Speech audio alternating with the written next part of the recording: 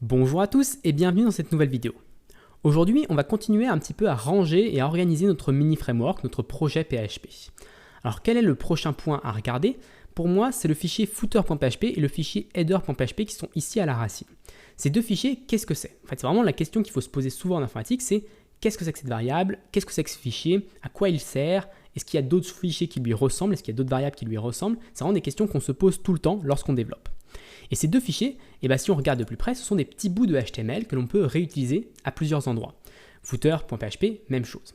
Donc techniquement, en fait, on peut en avoir plusieurs de ces fichiers. On ne va pas en avoir que deux. Sans doute à la fin du projet, on en aura peut-être 4, 5, 6, peut-être même plus.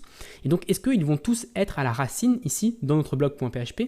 Je pense pas. Je pense pas que ça va être vite, on va dire, beaucoup de fichiers pour pas grand-chose dans ce dossier racine. Donc on va juste créer un sous-dossier. Alors comment on appelle ce sous-dossier? Il faut se poser la question, qu'est-ce que c'est? Qu'est-ce que j'essaie d'y ranger? Et donc ce sont des morceaux de HTML.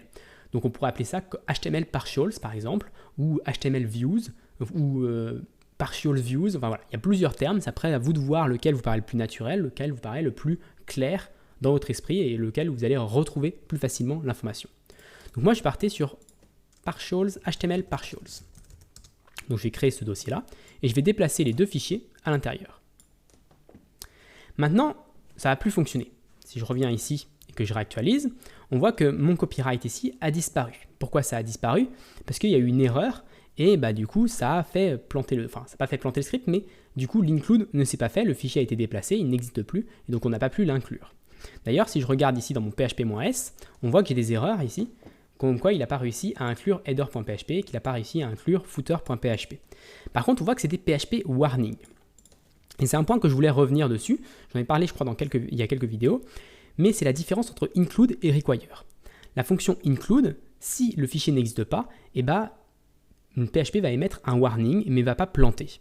Et donc, ça peut être utile dans certains cas, mais généralement, quand un fichier n'existe pas, quand on a mis un include, c'est vraiment pour inclure quelque chose. Donc, quand le fichier n'existe pas, on aimerait bien que PHP s'arrête net et nous fasse une exception, ou en tout cas, arrête l'exécution du script pour qu'on s'en rende compte plus facilement. Donc pour faire ça, au lieu de faire des include, on peut tout simplement faire des require. Donc si ici je mets require à la place des deux include, donc à require header, require footer, on va voir tout de suite une différence, c'est quand j'actualise déjà la page est blanche. Pourquoi ça?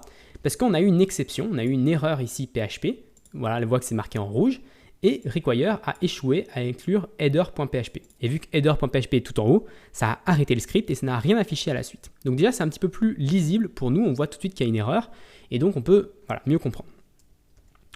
Maintenant, on va réparer le problème. Donc à la place d'avoir ./header, on va avoir ./html underscore partials / header. Et je vais avoir la même chose pour le footer. Maintenant, si je réactualise ici, tout fonctionne, on a bien le copyright Thibaut qui apparaît en bas, donc a priori on a réparé le problème.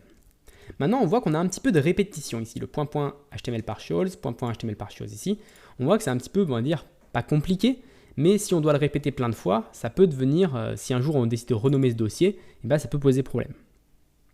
Donc ce que je propose c'est de créer une nouvelle fonction. Donc on a maintenant notre système bootstrap.php, et donc on peut créer une fonction HTML partials, partial plutôt, au singulier, parce qu'on va inclure un seul partial. On va lui donner un nom, ici, en paramètre, et du coup, je vais inclure, je vais faire mon require de ce fichier-là. Donc dans Bootstrap, ça va juste être /HTML partials, et à la place de footer.php, on va mettre l'interpolation de strings avec des double quotes, et je vais remplacer footer par name. Donc là, ça va m'inclure HTML partials / name.php. Maintenant, si je reviens ici dans index, je peux utiliser ma nouvelle fonction. Donc à la place de require, je vais utiliser HTML partial. Et au lieu de passer tout ça, je vais juste lui passer le nom et je vais même enlever le .php. Voilà, ça va juste me dire, inclus-moi ce fichier header.php. Si je reviens ici et que je réactualise, on a une erreur. Alors pourquoi on a une erreur?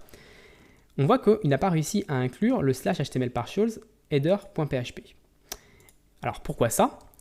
Tout simplement parce que dans bootstrap.php, en fait, il faut bien voir que bootstrap.php va être copié-collé dans index.php à cet endroit-là, ici ligne 2.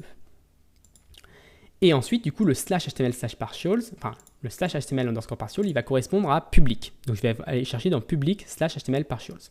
Donc c'est là où on a tout l'intérêt d'utiliser le underscore dir underscore pour, on va dire, contrer ça. Donc là, si je rajoute ça devant, on va mettre un chemin absolu. Maintenant, ça va être un chemin absolu, ça va plus être un chemin relatif. Et du coup, on va pouvoir récupérer le chemin correct. Donc si je reviens ici et que je réactualise, là, tout refonctionne, on a bien le bon chemin. Donc toujours mettre le underscore dir, underscore avant les variables. Ce n'est pas toujours utile, mais c'est vrai qu'on s'évite des problèmes en fonction des inclusions, des différents usages. Au moins avec cette constante-là, on est sûr de là où on en est et de comment on utilise notre chemin, comment on choisit notre chemin. Maintenant, une fois que ceci est fait ici, je vais pouvoir le faire dans New Post également. Parce que dans New Post, on a aussi 2 include. Donc je vais pouvoir le faire maintenant. Donc HTML partial, supprimer les points slash, 2 points, voilà, ici, et le point PHP. Donc c'est pour ça que je voulais le faire tout de suite, parce que plus notre nombre de pages va augmenter, plus cette partie, on va dire, fastidieuse de devoir remplacer les choses va augmenter également. Donc c'est les 2 seules pages que l'on a actuellement qui utilisent ces variables. Donc si je réactualise ici, que je clique sur écrire un article, c'est bon, tout fonctionne ici. On a bien le copyright Thibaut. Donc voilà pour cette petite vidéo qui nous permet de recréer une nouvelle fonction, de voir un petit peu comment on peut abstraire de nouvelles choses, ranger bien nos éléments. Maintenant, on n'a plus que bootstrap.php à la racine. J'espère qu'elle vous a plu. Si elle a plu, n'hésitez pas à vous abonner et à la partager. Et moi, je donne rendez-vous très rapidement dans une autre vidéo pour PHP sans framework.